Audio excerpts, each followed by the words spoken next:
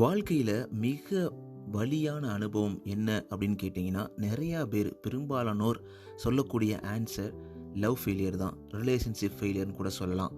நமக்கு பிடிச்சவங்க, நமக்கு நெருக்கமானவங்க, நம்ம கூட இருந்து சிரித்தவங்க, நம்ம கூட தட்டி கொடுத்தவங்க, அழுதவங்க, நம்ம கூடவே ஒவ்வொரு நொடியையும் செலவழித்து சந்தோஷமான வாழ்க்கையை கொடுத்தவங்க, இன்றைக்கி நீ எனக்கு வேணவே வேணாம், இல்லை நான் உன்னை விட்டு போகிறேன் அப்படின்ற ஒரு நிலைமை வரும் பொழுது அவ்வளோ வலியாக இருக்கும், அவ்வளோ வேதனையாக இருக்கும். இந்த ஒரு எமோஷனலான எக்ஸ்பீரியன்ஸை, சேலஞ்சிங்கான எக்ஸ்பீரியன்ஸை எப்படி ஹேண்டில் பண்ணுறது? இந்த கேள்வியை நம்முடைய லிசனர் மணிஷ் அவர்கள் கேட்டிருந்தார்.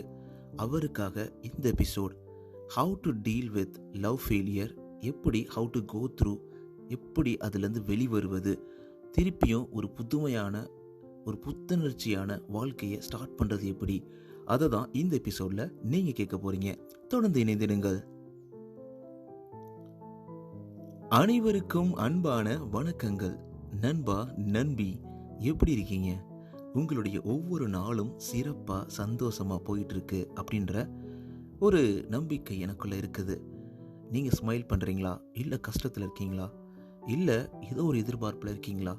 எல்லாமே நீங்கள் நினச்சபடி நடக்கும், கண்டிப்பாக நடக்கும். தொடர்ந்து முயற்சி செஞ்சுக்கிட்டே இருங்க. நண்பா, நண்பி, நீங்கள் இல்லாமல் இந்த பாட்காஸ்ட் கிடையாது. உங்களோட சப்போர்ட்னால தான் நம்ம ரொம்ப சக்ஸஸ்ஃபுல்லாக ரன் பண்ணிக்கிட்டு இருக்கோம்.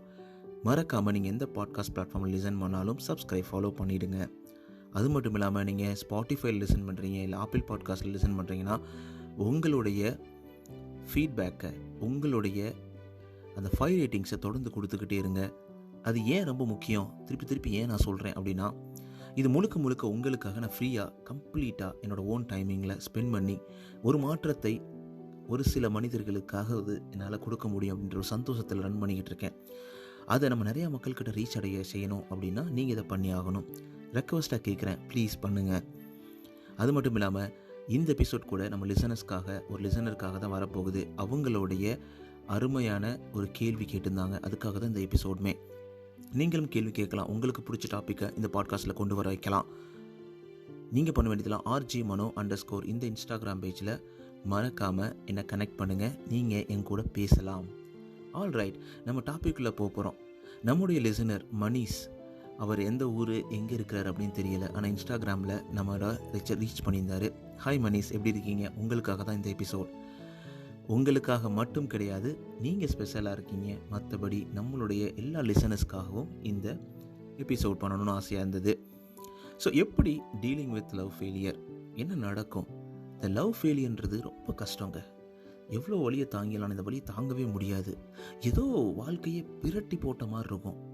என்னடா இப்படி இருந்த வாழ்க்கை, வசந்தமாக இருந்த வாழ்க்கை சடனாக எதுவுமே கிடையாதா அப்படின்ற மாதிரி ஆயிரும். இந்த காதல், இந்த relationship, even after the marriage, யாராக இருந்தாலும் ஒருத்தவங்க மேலே பைத்தியமாக இருப்போம். அவ்வளோ லவ் பண்ணுவோம், உருகி லவ் பண்ணுவோம். சினிமாவில் வர்ற பாட்டு எல்லாமே நமக்காக எழுதினதாக இருக்கும். பெய்யக்கூடிய மழையும் சரி, வீசக்கூடிய காற்றும் சரி, எல்லாமே நம்ம 2 பேருக்காக இருக்கிற மாதிரி ஒரு ஃபீலிங் கொடுக்கும். அதுதான் லவ். எல்லாமே பியூட்டிஃபுல்லாக தெரியும், எந்த கஷ்டமுமே நம்மளுக்கு தெரியவே தெரியாது. இத்தனை அம்சங்களை அடக்கியது அந்த லவ்.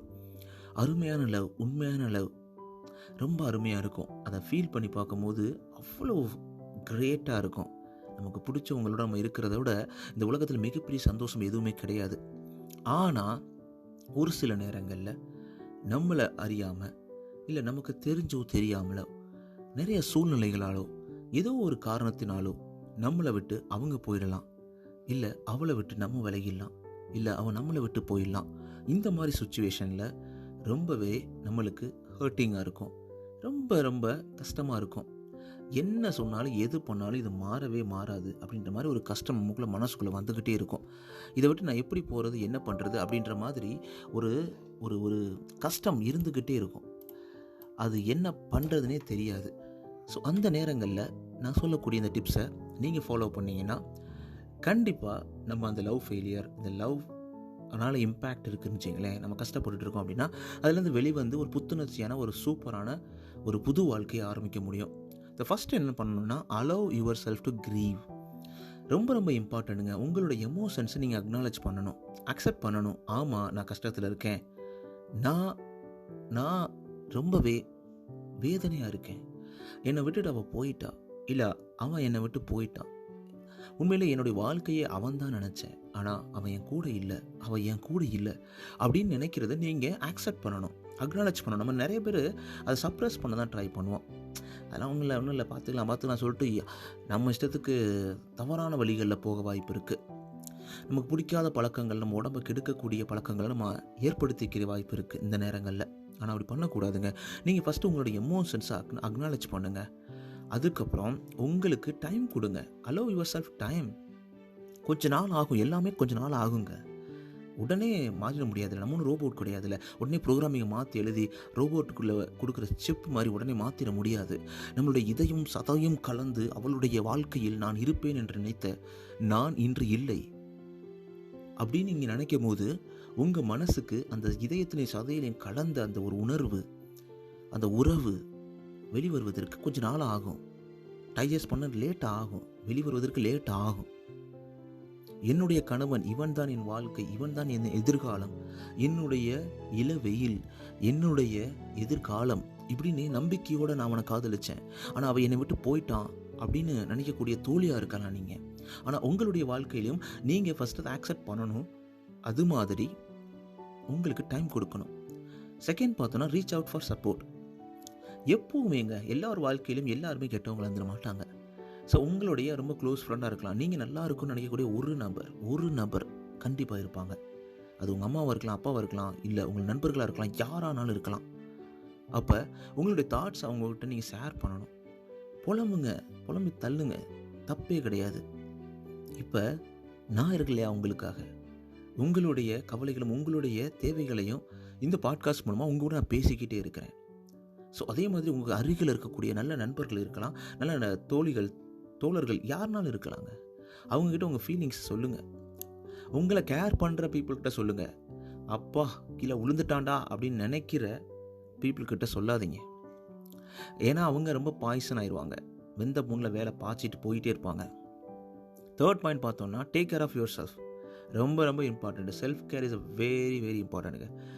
ஸோ இந்த மாதிரி சமயத்தில், எஸ்பெஷலி இந்த மாதிரி மனசு ரொம்ப கஷ்டமாக ரொம்ப ஹார்டாக இருக்கக்கூடிய டைமிங்கில் நம்மளை ரொம்பவே டேக் கேர் பண்ணிக்கணும்.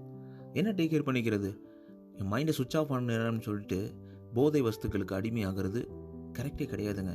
அது கரெக்டான வழியும் கிடையாது. இதில் உங்கள் வாழ்க்கையும் உங்கள் மனதும் கெடுகிறது என்பதை நீங்கள் உணர வேண்டும். ஸோ உங்களுடைய செல்ஃப் கேர், எக்ஸசைஸ் பண்ணுங்கள், நல்லா ஹெல்த்தியாக ஈட் பண்ணுங்கள், நல்லா தூங்குங்க.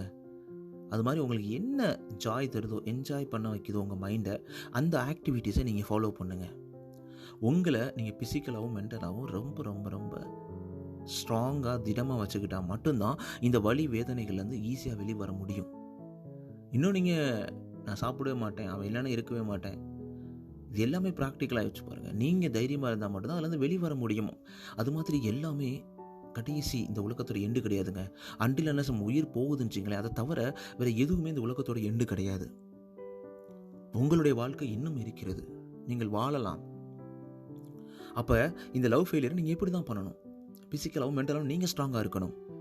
உங்களை நீங்கள் கஷ்டப்படுத்தக்கூடாது, உங்கள் உடம்பை நீங்கள் கஷ்டப்படுத்திடக்கூடாது. அடுத்து பார்த்தோன்னா avoid contact with your X. ரொம்ப இம்பார்ட்டண்ட். இதை பண்ணாமல் வந்தாலே ரொம்ப அதிகமாக இருக்கும். அது இந்த காலத்தில் சோசியல் மீடியாவில் நம்ம பழகினவங்க வாட்ஸ்அப்பில் இருக்கலாம், ஃபேஸ்புக்கில் இருக்கலாம், இன்ஸ்டாகிராமில் இருக்கலாம், இன்னும் எத்தனையோ இருக்கலாம். அவங்களோட கான்டாக்டை கம்ப்ளீட்டாக அறவே நீங்கள் வெளியில் வரணும். அப்போ தான் அதுலேருந்து வெளியே வர முடியும். இது எப்படின்னா, ஒரு நோய்க்கு அடிமையாயிடும். ஒரு நோய்க்கு அந்த மலத்தை தாக்கிடுது, அதுலேருந்து வெளியே வரணும்னா அங்கேருந்து தள்ளி இருக்கணும். நம்மளுக்கு சரியான பின்னாடி அந்த சரி ஆகணும் அப்படின்னா திருப்பி அதே சர்க்கிள்குள்ளே சுற்றக்கூடாது, கொஞ்சம் விலகி இருக்கணும். அப்போ தான் நம்ம உடம்பு தயாராகும். அதே மாதிரி தான். ஸோ உங்களுடைய எக்ஸை கான்டாக்ட் பண்ணுறதை ட்ரை பண்ணாதீங்க. எந்த சோசியல் மீடியா அவங்களோட தான் நீங்கள் ஃபாலோ பண்ணுறீங்கன்னா பார்க்காதீங்க. உங்கள் ஃப்ரெண்ட்ஸு, ஒரு காமன் ஃப்ரெண்ட்ஸ் இருந்தாங்கன்னா அவங்களோட பேசாதீங்க கொஞ்ச நாளைக்கு. ஏன்னா அவங்க அவங்கள பற்றி சொல்கிறது கூட வாய்ப்பு இருக்குது உங்களுக்கு. அப்படி சொல்லும் போது நம்ம மட்டும் கஷ்டப்பட்டுருக்கோம், அவன் ரொம்ப ஜாலியாக இருக்காளே, இல்லை அவன் ரொம்ப ஜாலியாக இருக்கானே அப்படின்னு தோணும் போதே நம்மளுக்கு ரொம்ப கஷ்டமாகி போயிடும். அது கரெக்டு கிடையாது. அப்போ என்னென்னா, நீங்கள் அவங்களோட பார்க்காதீங்க, அவங்கள்ட்ட பேசாதீங்க, மொத்தமாக கம்ப்ளீட்டாக லைனை கட் பண்ணுங்கள். ஸோ இது உங்களுக்கு ரொம்ப ஹெல்ப் பண்ணும். இந்த ஹீலிங், அந்த வேதனை எல்லாம் மறைந்து நீங்கள் வாழ்க்கையில் முன்னாடி போகிறதுக்கு கண்டிப்பாக யூஸ்ஃபுல்லாக இருக்கும். அடுத்து பார்த்தோன்னா reflect on the relationship. So உங்களுடைய ரிலேஷன்ஷிப் எப்பயுமே டைம் எடுத்துக்கோங்க. உங்களுடைய ரிலேஷன்ஷிப் என்ன தப்பாக இருக்கும், என்ன நடந்தது அப்படின்றத ஐடென்டிஃபை பண்ண கொஞ்சம் டைம் ஸ்பெண்ட் பண்ணுங்கள். ஸோ அது உங்களுக்கு நல்ல பாடத்தை கொடுக்கும். எப்போவுமே தோல்வியாக இருக்கலாம், வேதனையாக இருக்கலாம், கஷ்டமாக இருக்கலாம், எதுவாக இருக்கலாம். நம்ம ஒரு தோல்வி அடைகிறோன்னா அந்த இடத்துல நம்ம அதை ஸ்கிப் பண்ணி டக்குன்னு ஓடணும்னு நினைப்போம். ஆனால் அந்த இடத்துல நம்ம ஏன் நடந்துச்சு, எதுக்கு நடந்துச்சு, இதனால் என்ன பிரச்சனை அப்படின்றத நம்ம மனசார உட்காந்து யோசிக்கணும். அப்படி யோசிக்கும் போது கண்டிப்பாக நமக்கு ஒரு பாடம் கிடைக்கும். அந்த பாடத்தை நம்ம ரிப்பீட் பண்ணாமல் இருப்போம். நான் சொன்ன மாதிரி உங்களுக்கு இது வாழ்க்கையில் எண்டு கிடையாது. ஸோ இன்னொரு ரிலேஷன்ஷிப் வெகு சீக்கிரமே உங்களுக்கு வர வாய்ப்பு இருக்குது. ஆனால் அதையும் நீங்கள் இழந்துடக்கூடாதுல்ல. அப்போ அதை நம்ம லேர்ன் பண்ணணும். அப்படி தான் இருக்கணும்.